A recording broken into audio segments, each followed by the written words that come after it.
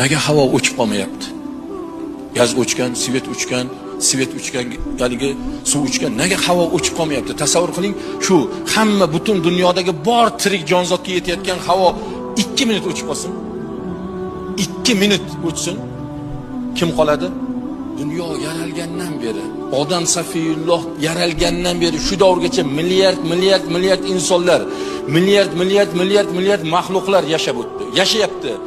Hammaga birday yetyapti bu ne'mat. Buni manbai qayerda? Qayerda ishlab chiqaryapti? Xudoga beadad shukr qilish kerak. 5 mahal emas, 50 mahal namoz o'qisak kam.